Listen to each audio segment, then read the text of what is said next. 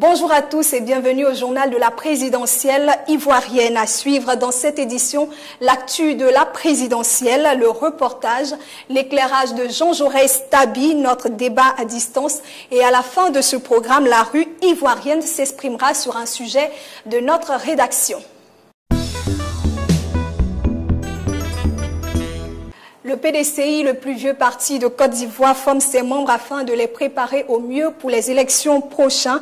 Dès le 10 septembre, la RTI Média d'État ouvrira ses antennes à tous les candidats qui le souhaitent. Pendant ce temps, Pascal Affi-N'Guessan poursuit sa tournée dans le pays profond.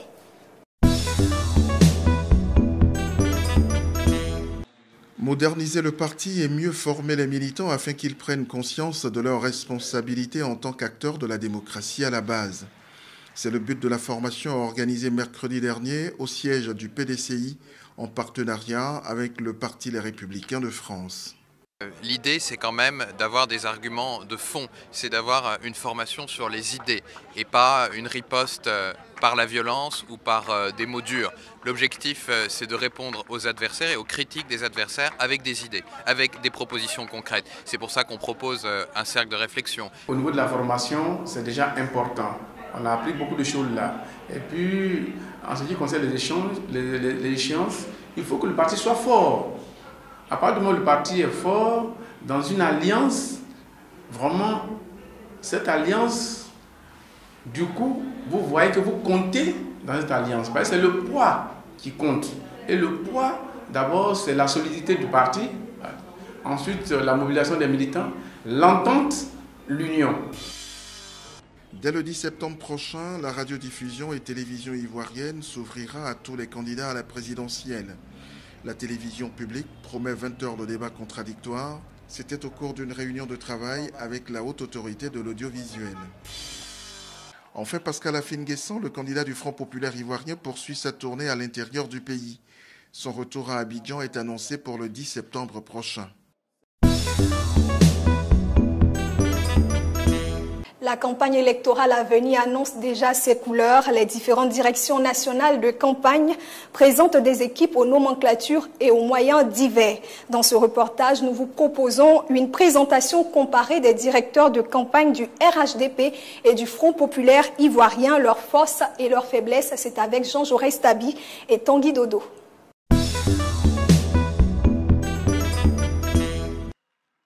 C'est au cours d'une cérémonie riche en couleurs qu'Amadou Coulibaly et Aoussou Jano ont présenté l'équipe de campagne du RHDP.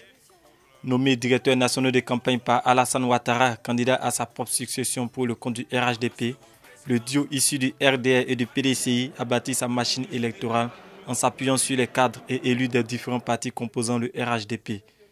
Pour Aoussou Jano et Amadou Coulibaly, cette équipe de campagne qui garde la même ossature que celle de 2010 devrait garantir au RHDP au moins son score des présidentielles de 2010. Voici ce que pense le journaliste ivoirien Félix Boni de cette équipe de campagne RHDP.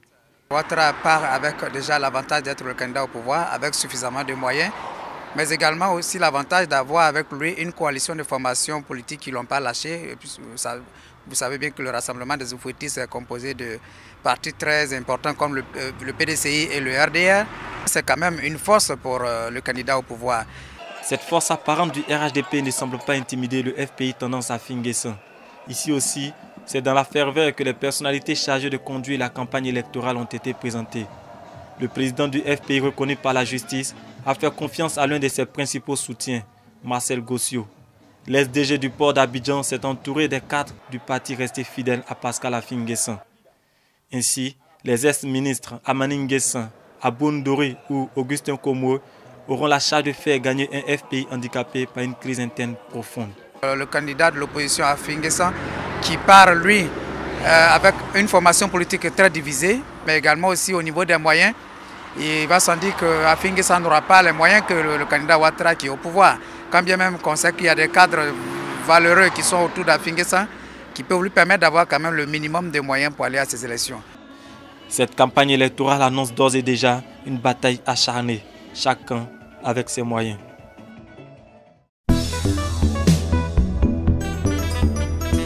Dans Dans cette course au fauteuil présidentiel en Côte d'Ivoire, les 2/3 des dossiers reçus par la commission électorale sont des candidatures indépendantes. Quelles raisons pourraient expliquer cette pléthore de candidats indépendants? Suivant l'éclairage de Jean Jaurès Tabi.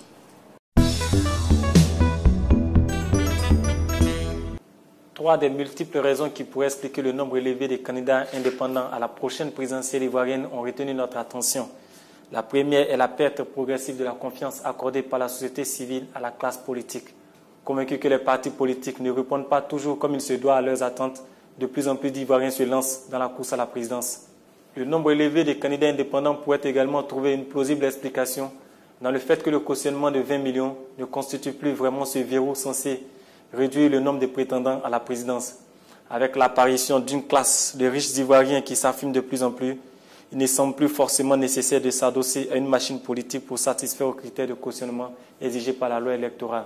Enfin, la présence parmi les candidatures indépendantes de 5 des 6 candidats issus de l'opposition radicale laisse penser que l'absence d'une candidature unique de la CNC a eu un effet sur le nombre de candidatures indépendantes.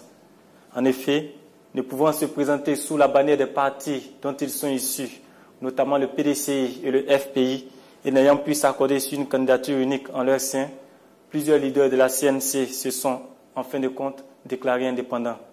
Mais au fait, et si le nombre de candidats indépendants aux présidentielles ivoiriennes, en nette progression depuis 1995, était plutôt la résultante d'une sorte de désacralisation de l'institution incarnée par le président de la République? C'est aussi une piste de réflexion.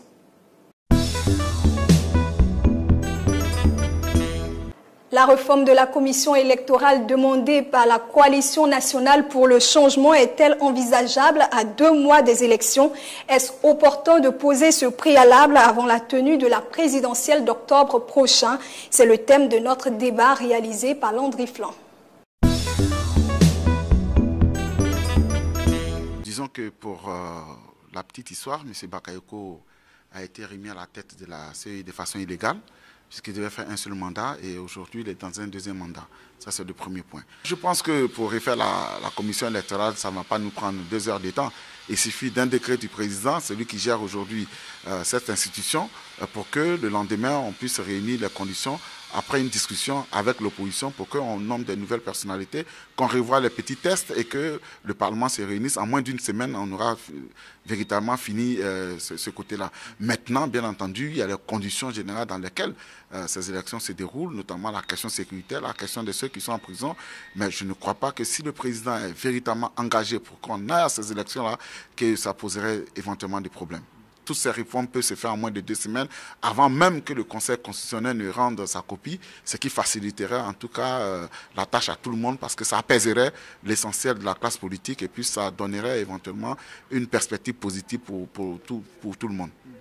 En ce qui nous concerne, nous avons fait des vœux, nous attendons jusqu'à ce que nous constatons qu'il n'y a pas autre chose à faire, mais pour le moment, nous pensons que le président va entendre raison et il va faire en sorte que nous puissions nous asseoir autour d'une table pour éventuellement négocier. Dans le cas contraire, toutes les voies démocratiques qui seront arrêtées, notamment la saisine de la Cour suprême pour la récusation du Conseil constitutionnel sera déjà entreprise.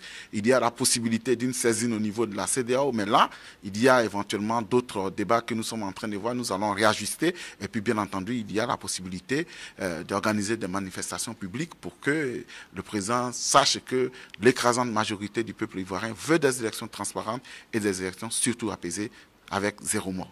Le président de la commission électorale était celui qui existait, qui était là au temps de Laurent Gbagbo.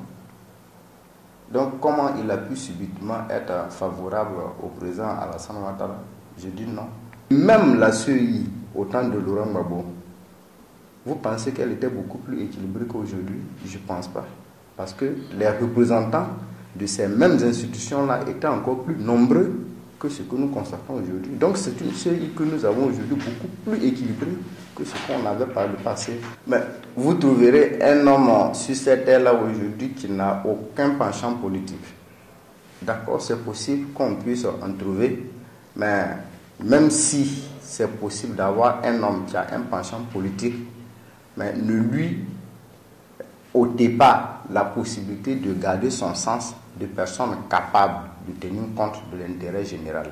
Et moi, je pense que le président de la CEI, Youssouf Bakayoko, a un sens très élevé de ce que c'est que la chose publique, de ce que c'est que l'indépendance dans l'exécution d'une fonction.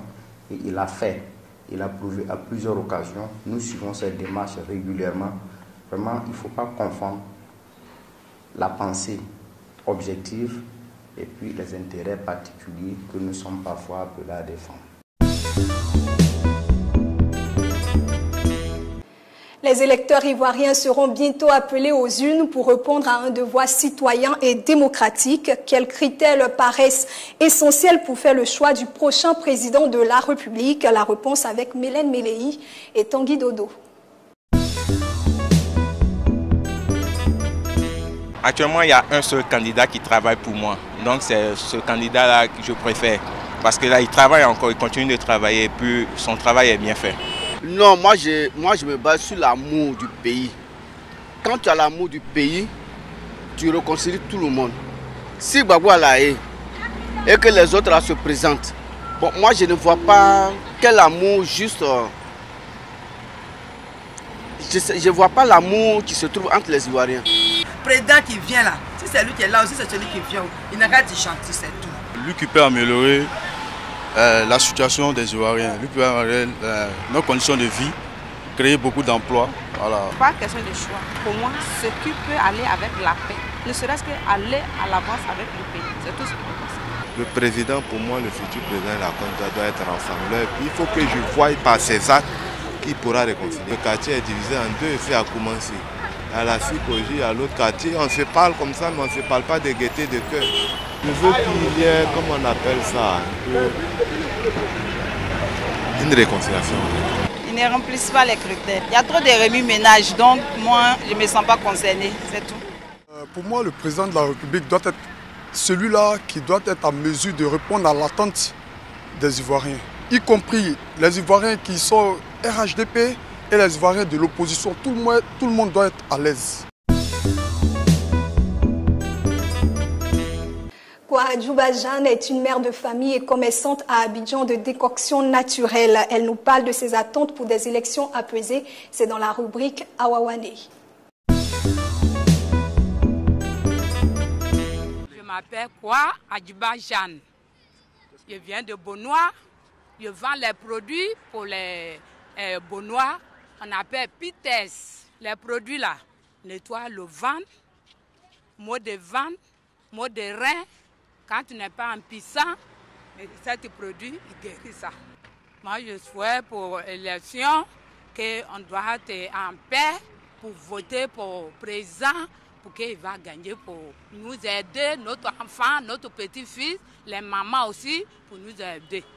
C'est ce que moi je souhaite. Je ne veux pas que la guerre va répéter encore.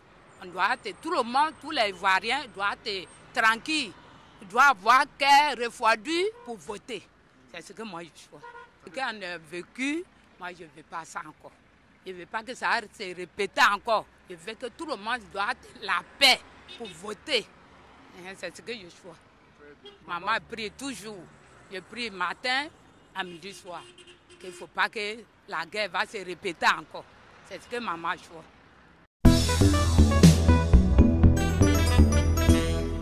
Fin de ce journal de la présidentielle. On se retrouve la semaine prochaine pour un autre numéro. Merci et continuez de nous suivre sur le débat.tv.